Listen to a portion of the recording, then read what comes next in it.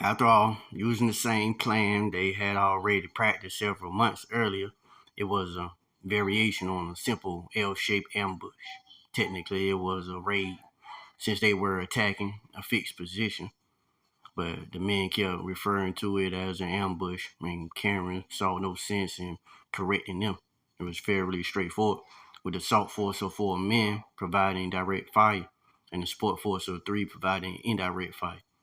The only real deviation he made was to position Ahmed 300 meters down the runway and slightly up the rise, so he could provide cover with his long rifle should anything unexpected occur. He didn't like the idea of retreating, at least not here, for it meant failure, and if they couldn't execute the simple plan, maybe they deserved to die here in this inhospitable place. As Cameron looked through his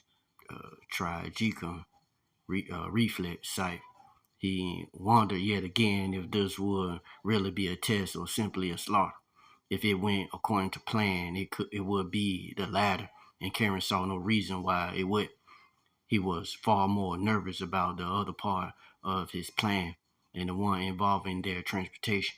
It was by far the biggest risk he was taking. There would be dozens of assets waiting for him to make his journey to Mexico City. He was about to not only disappoint them, but not even tell them where he was up to or what he was up to.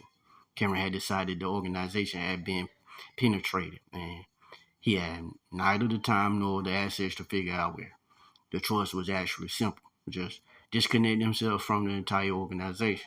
The Al Qaeda leadership would have to learn of his exploits in the paper. With his camouflage strike, M4 carbine level, he looked through the sight at the bunkhouse a mere 30 meters away. He had 1 man on his right and 2 more on his left. They were spaced 5 meters apart, each man lying on his belly at the edge of the jungle. They had all applied black and green face paint for the assault, with their camouflage uniforms and floppy hats that they were all but impossible to see even in bright daylight. The bunkhouse was almost identical to the one they had lived in for months. It was elevated a meter or so off the ground and covered with screens along the sides. The big difference was that these men